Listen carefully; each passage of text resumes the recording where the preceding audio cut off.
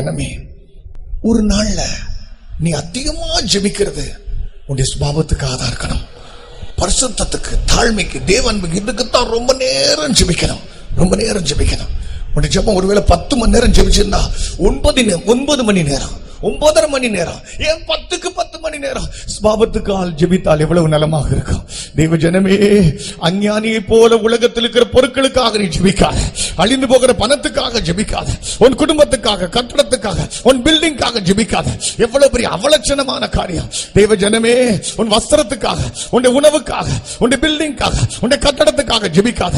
இவைகள் எல்லாம் உன் பரமபிதா அறிந்திருக்கிறார், அவைகளை தருவார். ஒருவேளை நீ அப்படிப்பட்ட ஒரு மனுஷனாய் வருவாய் என்றால் கர்த்தர் உன்னை பார்த்து சொல்கிறார், ஆகாயத்து பறவைகளை பார், காகங்களை கவனித்து பார், அடைக்கலான் குருவிகளை பார், இதோ காட்டு புஷ்பங்களை பார், இவைகளை எல்லாம் பார்த்தாது கற்றுக்கொள் என் மகனே, என் மகளே. இவைகளுக்கு நான் உடுத்துகிறேன்,